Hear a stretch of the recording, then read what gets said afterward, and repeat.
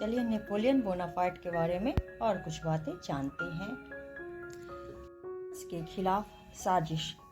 Napoleon ने senate के कई सदस्यों तथा मंत्रियों को राज्यसभा की बैठक में बुलाया ताकि वह अपने षड्यंत्रकारियों का सबके सामने खुलासा कर सके। फिर नेपोलियन ने टेलीरेंट को बुरी तरह लताड़ते हुए कहा, तुम चोर व धोखेबाज हो। टेलीरेंट, तुम्हारा कोई भी आचरण स्वच्छ नहीं है। तुम तो अपने बाप को भी बेच सकते हो। मैंने तुम पर सुख सुविधाओं और धन की बरसात कर दी, मगर फिर भी तुमने मेरे विरुद्ध साजिश रची। तुम मेरा विरोध करने से बाज नहीं आए। यह तुम ही थे जिसने मुझे सोचने समझने का मौका भी नहीं दिया और स्पेन पर आक्रमण करने की सलाह दी, और अब तुम ही मेरी आलोचना कर रहे हो। तुम्ही ने मुझे ड्यूक का पता ठिकाना बताया और मुझे उसके विरुद्ध सख्त रवैया अख्तियार करने को उकसाया। तुमने ही सिंहासन से हटाए गए स्पेन के उन अफ्रीद राजकुमारों के साथ मिलकर साजिश रची जिन्हें तुम्हारे अधीन रखा गया था। आज तुम ही मुझे मेरे देश में बदनाम कर रहे हो कि मैंने स्पेन पर हमला करके भारी गलती की है। तुम निर्लजता की प्रत्येक सीमा का उल्लंघन कर चुके हो। इतना सब करने के बाद आज तुम यह कह रहे हो कि तुमने मुझे ऐसा परामर्श नहीं दिया। अगर मैं चाहूँ तो इसी वक्त तुम्हें तुम्हारे किए का सख्त दंड दे सकता हूँ, लेकिन मैं तुम्हें दंड देकर खुद को अपमानित नहीं करना चाहता। मुझे अपने कार्यकाल की चाबियाँ सौंपो और मुझे कभी अपनी शक्ल न दिखाने के लिए दफा हो जाओ। नेपोलियन आधा घंटे तक क्रोधित अवस्था में टेलीरेंट को फटकारता रहा।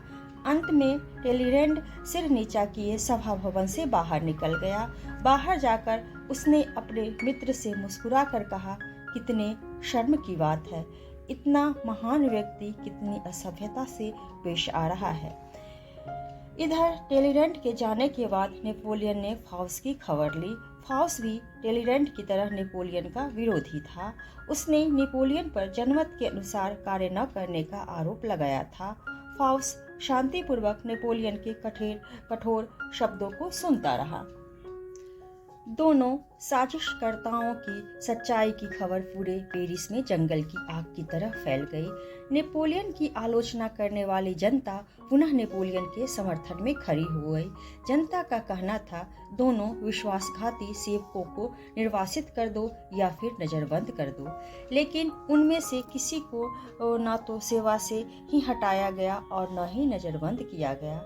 अचानक नेपोलियन ने अपने चारों ओर से ऐसी खबरें मिलने लगी जिन्हें सुनकर वह बुरी तरह परेशान हो गया। जर्मनी में जागृति उत्पन्न हो गई थी और वहां धीरे धीरे क्रांति का उदय हो रहा था। ऑस्ट्रिया में भी नेपोलियन के विरुद्ध विद्रोह की लहरें उठने लगी थी। मैड्रिड द्वारा जारी किए गए एक आदेश के तहत प्रशिया से बैरन बोमस्टीन को निकाल दिया गया था। की भांति टायरॉल भी क्रांति से आंदोलित हो रहा था। ऑस्ट्रिया और तुर्की ने एकमत होकर इंग्लैंड की तरफ मित्रता का हाथ बढ़ा दिया था। स्पेन में अभी भी संघर्ष जारी था, इसलिए वहां से फ्रांसीसी सेना को हटाना बहुत भारी भूल होती। वहां 5 लाख सैनिकों की विशाल सेना तैनात थी, जबकि नेपोलियन के विरुद्ध उठ रहे इन आंधियों को युद्ध के द्वारा ही दबाया जा सकता था, जिसके लिए विशाल सेना की आवश्यकता थी। उसके चारों तरफ का माहौल ही नहीं बल्कि हालात भी तेजी से बिगड़ रहे थे। ऐसी स्थिति में नेपोलियन ने रूस से मदद मांगने का निश्चय किया। जब उसने मध्य यूरोप की अस्त व्यस्त दशा को सुधारने के लिए 2 शासकों के बीच हुई संधि की घोषणा करने को जार से कहा तो जार आनाकानी करने लगा। उसने वियना, बर्लिन तथा लंदन के शासकों से आश्वस्त होने की बात कही। नेपोलियन के मन में जार के प्रति शंका उत्पन्न हो गई कि कहीं वह टेलीरेंट की तरह विश्वासघाती तो नहीं। नेपोलियन का यह विचार मिथ्या नहीं था। परिवर्तित हालात में जार बदल गया था। वह किसी भी रूप में नेपोलियन का साथ देने को तैयार न था, क्योंकि वह जानता था यूरोप की महाशक्तियों ने नेपोलियन के विरुद्ध सिर उठाना आरंभ कर दिया है। ऐसे में यदि रूस फ्रांस का समर्थक बना तो वह भी पूरे यूरोप का शत्रु बन जाएगा। मैड्रिड और स्पेन पर आक्रमण करने में नेपोलियन अपनी काफ़ी शक्ति बर्बाद कर चुका था, जिससे वह काफ़ी कमज़ोर पड़ गया था। उसकी इस कमजोरी का ही शत्रु देशों ने लाभ उठाया था। यूरोप में पुनः युद्ध की स्थिति उत्पन्न हो गई। यह समय 19वीं शताब्दी के प्रथम दशक के अंत का था। ऑस्ट्रिया को फ्रांस के तानाशाह नेपोलियन बोनापार्ट ने भारी क्षति पहुंचाई थी। उस स्थिति से उबरने तथा खुद में साहस पैदा करने में ऑस्ट्रिया को समय तो लगा, किंतु वह अपनी स्थिति को मजबूत करने में सफल हो गया। 1809 में हालात बदल गए।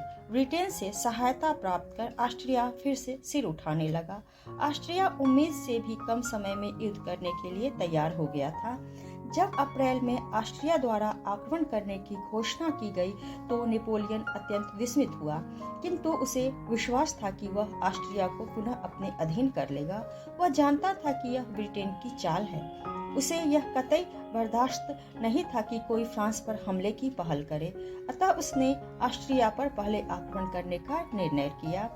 उसकी सेना तीव्र गति से ऑस्ट्रिया की तरफ प्रस्थान कर गई। 19 अप्रैल 1809 में फ्रांस और ऑस्ट्रिया सेनाओं के बीच भयंकर युद्ध छिड़ गया। फ्रांस की सेनाओं ने ऑस्ट्रिया पर भीषण हमला किया था, किंतु इस बार ऑस्ट्रिया के भी हौसले बुलंद थे। 5 दिनों तक लगातार फ्रांसीसी सैनिक ऑस्ट्रिया सैनिकों से जूझते रहे। उन्हें हराना तो दूर, वह उन्हें एकदम पीछे हटाने में भी सफल नहीं हुए।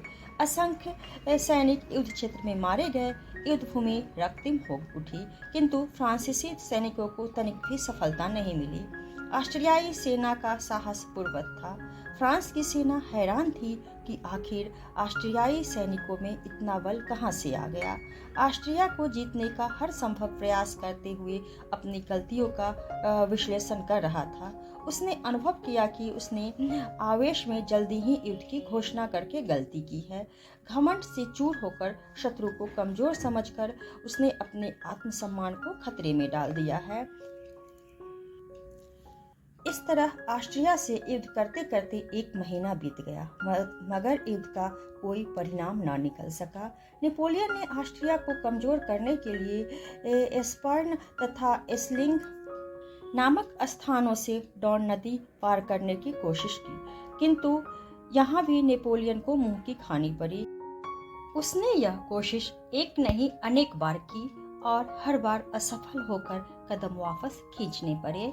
जब भी वह नदी पार करने की चेष्टा करता, ऑस्ट्रियाई सैनिक प्रचंड रूप से गोलाबारी करने लगते थे, जिस कारण नेपोलियन नदी पार न कर सका। युद्ध में सफलता की उम्मीद लिए जून का महीना भी गुजर गया। नेपोलियन की इच्छा थी कि वह हर बार की तरह इस बार भी ऑस्ट्रिया से मनमानी शर्तों पर संधि कर लेगा, किंतु अब तक ऐसा नहीं हो पाया था। जुलाई माह के पहले 5 दिन बीतते ही मौसम बदलने लगा। भारी हिमपात होने लगा और चट्टानें खिसकने लगी, जिस कारण ऑस्ट्रियाई सैनिकों की शक्ति क्षीण होने लगी और फ्रांस की सेना उस पर हावी होती गई। नेपोलियन ने ऑस्ट्रियाई सेना के गिरते मनोबल को ताड़ लिया था। उसने एक बार फिर अपनी सारी ताकत एकत्रित कर ऑस्ट्रिया पर हमला कर दिया। भीषण रक्तपात हुआ, जिससे ऑस्ट्रिया घबरा उठा। यह सच था कि वह अपने दम पर नेपोलियन का सामना नहीं कर सकता था। ब्रिटेन की सरपरस्ती में ही वह इतना साहस दिखा रहा था। उधर ब्रिटेन से आने वाली सहायता में रोक लगी और इधर वह हारने लगा। उसकी शक्ति क्षण क्षीण होती जा रही थी। अंत में ऑस्ट्रिया ने नेपोलियन के समक्ष हथियार डाल दिए और संधि का प्रस्ताव रखा। नेपोलियन ऑस्ट्रिया से यही तो चाहता था। उसके लिए यह सुनहरा अवसर था। ऑस्ट्रिया ने स्वयं हार मान ली थी और इस तरह 2 महीने बाद नेपोलियन की ऑस्ट्रिया पर जीत हुई। नेपोलियन ने ऑस्ट्रिया से मनमानी शर्तों पर संधि की और अपनी सेनाओं को वहां से हटा लिया। ऑस्ट्रियावासी नेपोलियन की तानाशाही से इतने परेशान व दुखी थे कि यदि उनका वश चलता तो वे नेपोलियन और उसकी सेना के टुकड़े टुकड़े कर डालते। उनके होठों पर सदैव नेपोलियन के लिए मौत मांगने की दुआ रहती थी। संधि पत्र पर ऑस्ट्रिया के हस्ताक्षर कराते समय नेपोलियन ने कहा था, आज मैं जार के बारे में सुनिश्चित हूँ, लेकिन इस बात की क्या गारंटी है कि वह मेरे पक्ष में हो जाएगा। मैं प्रशिया के संबंध में दीर्घकाल से जानता हूँ कि वह तुम्हारे और मेरे बीच की बाधा है। ऑस्ट्रिया को एक टुकड़ा राइन परिसंघ का देना होगा तथा दूसरा बेड़ा रूस के लिए छोड़ना पड़ेगा और बल्कान का पैदल मार्ग मेरे लिए खुला छोड़ना होगा। अक्टूबर में नेपोलियन एस्कानब्रून में व्यापक पुनरीक्षण कर रहा था। उसी समय एक नौजवान उसके शिविर में घुस आया। वहां तैनात नेपोलियन के सैनिकों ने उसे गिरफ्तार कर लिया। तलाशी लेने पर उस नौजवान के पास एक लंबे फल वाला चाकू बरामद हुआ। सैनिकों की पूछताछ करने पर वह कोई जवाब नहीं दिया। उसने सिर्फ इतना कहा, मैं नेपोलियन के सामने ही तुम्हारे प्रश्नों का उत्तर दे सकता हूँ। 18 वर्षीय उस नौजवान को नेपोलियन के समक्ष लाया गया। गंभीर मुखाकृति वाले अस्पष्ट वक्ता साहसी व शिष्ट नवयुवक का नाम फ्रेडरिक स्टेम्प्स था। वह डायरोलिज के एक धर्मगुरु का पुत्र था। नेपोलियन और उस नवयुवक की भाषा में अंतर होने के कारण रैप नामक दुभाषी ने उनके बीच होने वाले वार्तालाप का सरलता से आदान प्रदान का कार्य किया। नेपोलियन ने उस नवयुवक से पूछा, क्या तुम इस चाकू से मेरी हत्या करने आए थे? हाँ, फ्रेडरिक ने निर्भीक भाव से उत्तर दिया। कहीं तुम पागल या बीमार तो नहीं? नेपोलियन ने शंकित भाव से उसकी तरफ देखते हुए पुनः प्रश्न किया। ना तो मैं पागल हूँ और न ही बीमार हूँ। मैं पूरी तरह से स्वस्थ और अपने होशो हवास में हूँ। फिर तुम मुझे क्यों मारना चाहते हो? क्योंकि तुम मेरे देश को बर्बादी की तरफ ले जा रहे हो। तुम कहाँ के नागरिक हो? मैं ऑस्ट्रिया वासी हूँ। तुम्हें किसने भड़काया है? मुझे किसी ने नहीं भड़काया। तुम्हें मारकर मैं जर्मनी और यूरोप की सेवा करना चाहता हूँ। यह मेरा अपना फैसला है। क्या तुमने मुझे पहले भी कभी देखा है? हाँ, अरफर्ट में देखा था। तब मुझे नहीं मालूम था कि तुम दोबारा युद्ध करोगे। उस समय मैं तुम्हारा बड़ा प्रशंसक था। नेपोलियन ने अपने निजी डॉक्टर को बुलाकर नवयुवक का परीक्षण कराया। डॉक्टर ने उसका निरीक्षण करने के बाद कहा, स्टेप्स का मस्तिष्क पूर्णतः स्वस्थ है। नेपोलियन मन ही मन बेचैन हो उठा, क्योंकि वह उस साहसी नवयुवक को दंड देने में संकोच अनुभव कर रहा था। कुछ सोचकर नेपोलियन ने फ्रेडरिक से कहा, लगता है तुम परेशान हो। तुमसे जो गलती हुई है, यदि तुम उसकी मुझसे माफी मांग लो तो मैं तुम्हें जीवन दान दे दूंगा। न ही तो मुझसे कोई गलती हुई है और न ही मैं तुमसे कोई क्षमा मांगूंगा। मुझे खेद है तो सिर्फ इस बात का कि मैं अपने उद्देश्य में सफल नहीं हो सका। उसका उत्तर सुनकर नेपोलियन क्रोधित हो उठा और बोला, अरे दुष्ट, क्या तुम इस अपराध को दंडनीय नहीं समझते? तुम्हें मार डालना अपराध नहीं बल्कि समाज सेवा होगी। नेपोलियन ने स्टेप्स के चेहरे को गौर से देखते हुए कहा, यदि मैं तुम्हें क्षमा कर दूं तो मैं आज की अपने इस असफलता को जल्द ही सफलता में बदल दूंगा। नेपोलियन उसे दंड नहीं देना चाहता था, किंतु 3 महीने बीत जाने पर भी उस नवयुवक ने क्षमा मांगने के स्थान पर मृत्यु को वरीयता दी। अंततः नेपोलियन ने उस युवक को गोली से उड़वा दिया। फ्रेडरिक स्टेप्स के साहस व अस्पष्टवादिता ने नेपोलियन पर गहरा प्रभाव डाला था। यही कारण था कि उसने ऑस्ट्रिया से कोई मनमानी संधि होने पर भी दूसरा मसौदा तैयार कराया और संधि की शर्तों में रियायत कर दी। उसने अपने सहयोगी को आदेशात्मक स्वर में कहा, हमारे लिए शांति स्थापित करना आवश्यक है। शहर वापस जाओ और ऑस्ट्रिया के गणमान्य लोगों को बुलाकर लाओ। हम सिद्धांत रूप में उनके मुख्य बिंदुओं पर सहमत हैं। एकमात्र समस्या युद्ध की क्षतिपूर्ति करने के संबंध में है, जिसमें 5 करोड़ का अंतर है। इस मांग को घटाकर आधा कर दो तथा मामले को खत्म करो। मैं अंतिम मसौदे से संतुष्ट था। जिन वाक्यांशों को तुम आवश्यक समझते हो उन्हें इसमें जोड़ देना। यह सब मैं तुम पर छोड़ता हूँ। मेरी तो इतनी इच्छा है कि शांति व्यवस्था कायम रहे। वास्तव में नेपोलियन उस युवक की मौत से काफ़ी परेशान था।